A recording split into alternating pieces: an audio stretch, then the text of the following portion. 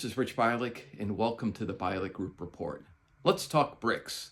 By BRICS, I mean that term coined by the Goldman Sachs economist Jim O'Neill in 2001, referring to the economies of Brazil, Russia, India, China, and South Africa.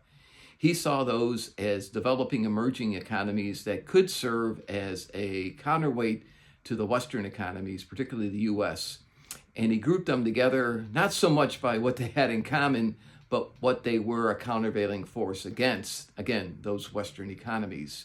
Today, the BRICS are gaining more news and notoriety as we see an effort by those economies to find a way to avoid or evade sanctions that have been placed on those economies, particularly Russia, in relation to the Ukraine war. Now, I'm not so sure how well it's going to work out. BRICS may find some bilateral agreements, and you've seen those between Russia and China. But some of the more ambitious efforts, in fact, those to try to replace the US dollar as a settlement currency, I'm not sure are going to go that far.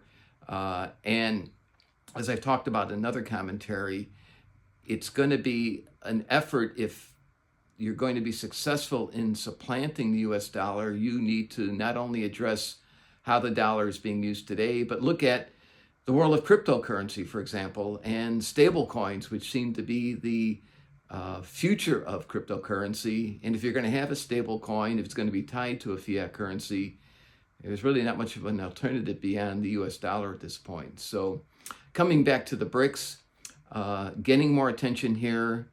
I think it is more, again, an effort to be against something rather than for something. Still worth some effort. It's good to have a countervailing force, but the African countries involved may find themselves at the tail end being dictated to the larger economies, by the larger economies like India and China and Russia.